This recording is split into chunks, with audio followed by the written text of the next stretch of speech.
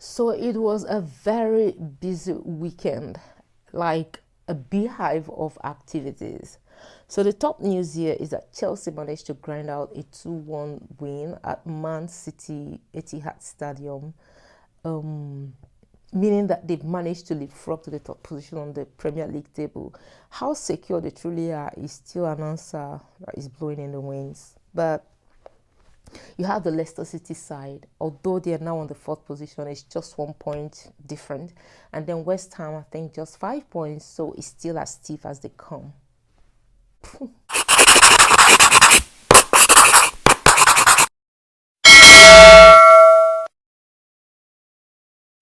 Welcome, this is Brilliant Sports TV. In case you don't know where you were, now you know. So over the weekend, there has been all kinds of activities. Like, it seemed to be one of the busiest. The season is literally like winding down, and they are just like in every league, but the La Liga, the Bundesliga, the Serie A, and of course the Premier League. There's just like 1, 2, or 3, 4 3, 4, or 5 matches. I think just less than 4 matches remaining for the season to come to an end. So it's almost like things are moving at a very, fast speed, like more like a jet speed. So these are the results over the weekend. For La Liga, Barcelona played host to Atletico Madrid. Keep in mind that Atletico Madrid is now the top on the table. I'm talking about La Liga now, and Barcelona is the second, with Atletico Madrid. I think over now, I think as it stands, Atletico Madrid is still they are top with 77 points, while Barcelona is the second with 75 points. Of course, Real Madrid's outcome with Seville, if I'm not wrong, is still not it's not known, so it wouldn't be safe to say that Barcelona already secure because it's just 1 point different. It's still a very fragile hold, if you ask me.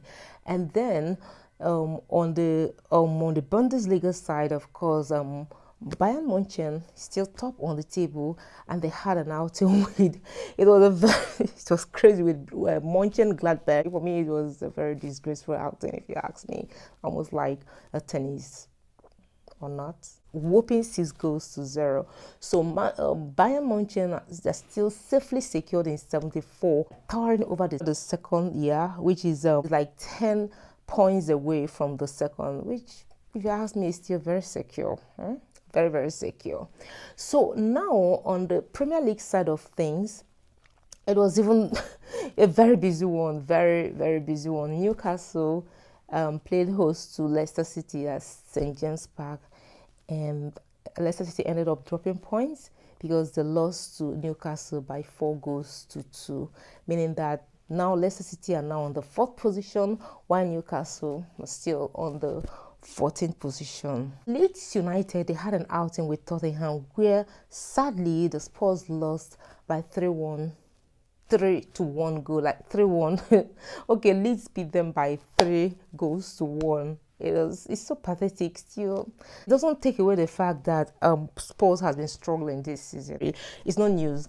I mean, they've been struggling this season, like still safely tucked away in their 7th position. I don't know if they have the ambition to still hope to get to the top 4 finish. I don't think it's realizable. I'm not sure about that, honestly. Okay, so moving on. Then Manchester City, of course, the biggest news ever, and Chelsea had an encounter. But I'm going to unpack that later because definitely I'll have to share my point of view like I always do on this channel. And then, of course, there was this outing between Liverpool and Southampton where Liverpool secured the 2 goals to 0 against Southampton at the Anfield. And that automatically means that Liverpool are now on the 6th position, and then the Southampton are on the 16th position. I had my heart going out to Southampton because I have a special love for Walcott. So I wish they did better. I wish they had the day, but it's already what it is. So Aston Villa and Manchester City, they also had an outing, and Manchester United, Manchester United won by 3 goals to 1. And then Wolves and Brighton was a 2-1 outing. Then of course Arsenal, that's supposed to be the last match for the weekend. Well, I want to refrain from calling Arsenal the wounded lion, but I think if what I saw on the pitch is anything to go by, that means they fought desperately like wounded lions, putting them on the ninth position on the ninth position on the Premier League table, and putting West Brom on the 19th position. Whew. Okay, now about Sheffield. Sheffield also played over the weekend, but I think it's safe to say at this point that it's okay to tell them goodbye. I mean, I think they've lived out their relevance for this season. They're already just about on the relegation table. Well, Sheffield, better luck next time. So moving on, guys. I thought the outing, at Emirates, Etihad Stadium, Chelsea, and whatever, I thought it was okay. Although I felt at some point at the beginning of the month when I saw the lineup, I tried to question the sanity of Thomas Tuchel. Did I think it was just one of those matches? For me, I always say that no game is less important than the other. And now to think that there's everything to play for. Chelsea are still struggling to secure the top 4 spot. And then if you're playing the likes of Billy Gilmore, I have nothing, absolutely nothing against him, except the fact that a game of such importance, of very supreme proportions, shouldn't just be gambled with in any form, in any way, shape, or form. So bringing in or having to play the likes of Bill Gilmore looked to me like he was trying to trivialize the importance of the game. And then, of course, his ineptitude cost us something. Like, what did it cause? Gabriel, you definitely saw that this one rookie, and he took advantage of it. So trust me, that foul was nothing in the grand scheme of things, but he was like led into a trap and he fell for it. So what is my point of view, ladies and gentlemen? Based on what yesterday's outing, Mancity, Chelsea, my point of view is very simple, like it's always been. First of all, Timo Werner, we've all come, I don't know about others, I've come to agree that he has just taken it upon himself to score offside, like 10 offside goals before he makes up his mind to decide to score the real one. Why he does that, I do not understand. But I think he should just go and be under the tutelage of Gabriel Batistuta. I mean, like Pele, people that are not just sprinters. They get to the 18-yard balls and they're so brilliant. Their finishing is so clinical, and they hardly even miss any scoring opportunity.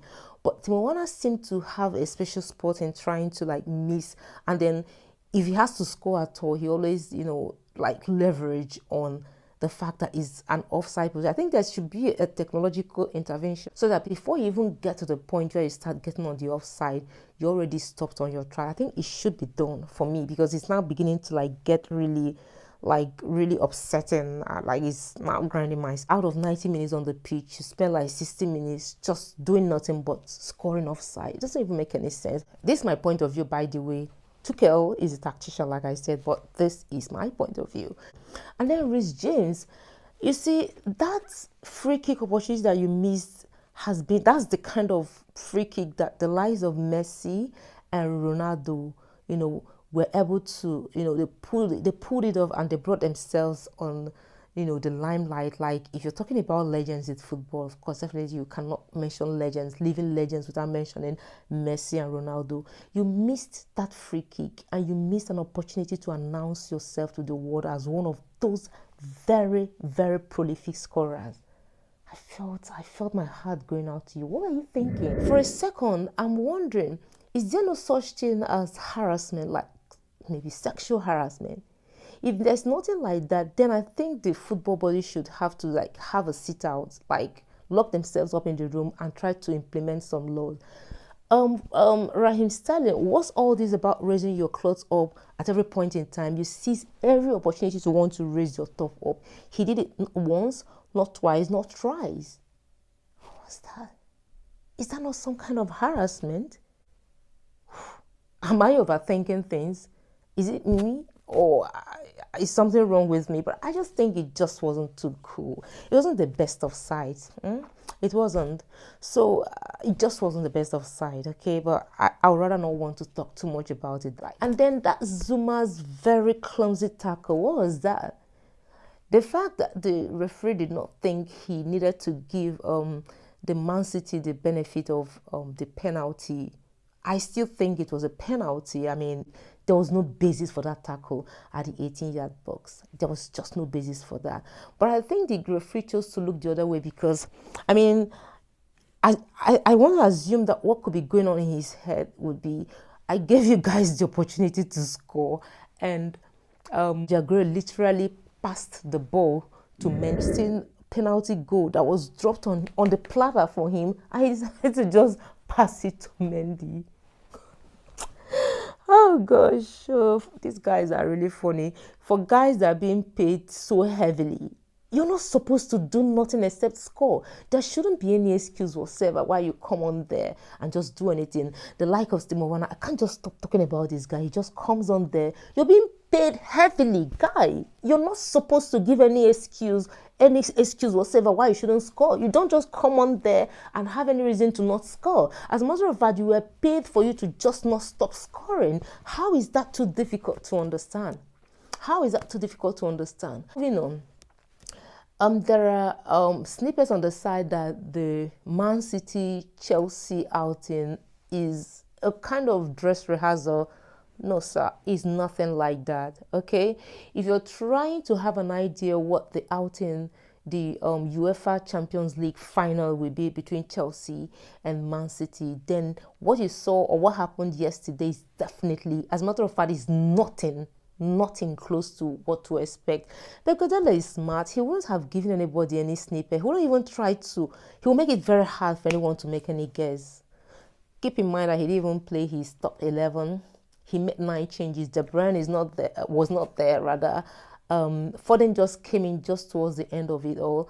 Gundogan, his top players were not there. He just played, like his second 11. Oh, to think that there was a time Raheem Sterling used to be their star man.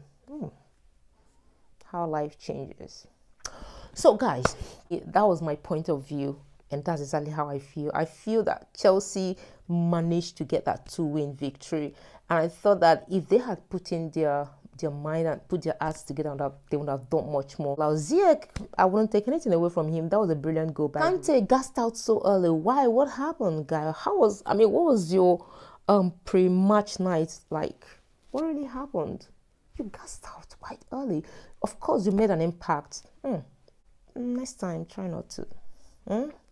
So guys, that is it. Now the next segment of this show will be the fun facts. So now here on this fun fact, do you even know that the very first match to be played since the beginning of humanity was on the 30th of November 1872, and that was between Scotland and England, and it was witnessed by over 4,000 audience, and guess what? It ended in a goalless draw. I bet you didn't know, right? The very first football to be played in the history of humanity was played in 1872, 30th of November. So guys, this is the end of this video. As a matter of fact, my work here is done, but that's where your own work begins. If you haven't already subscribed to this channel, I think you should go ahead and subscribe. Let's go on a subscription spree. It's very important. I always have fun because I come on here and I tell myself I'm going to kill it, and I think killed it was what I did because I had fun. I thoroughly enjoyed myself. And if you did, then please go ahead and smash the like button. That's after you've subscribed, and then there's a VIP notification on the side. That is your free pass to getting a VIP treatment, so that whenever I upload a new video, you can always get the notification right at the comfort, in the comfort, on the comfort, at the comfort of your wherever. So please go ahead and press the notification bell, and let's make this fun. Okay, so now guys, on a final note, Chelsea have 3 more outings. They have the first one with Arsenal, and Arsenal, like I said, they're like a wounded lion. Nobody knows the side of Arsenal they're going to encounter, so it might not really be the easiest of outing. It has never been anyway. So because even when Arsenal are dying, they still manage to want to beat Chelsea. So I don't know what to expect. And they also have an outing, the FA final with Leicester City. I don't know. And then of course Aston Villa, and then of course the most important one, the UEFA Champions final with Man City. I don't know. I have no expectations.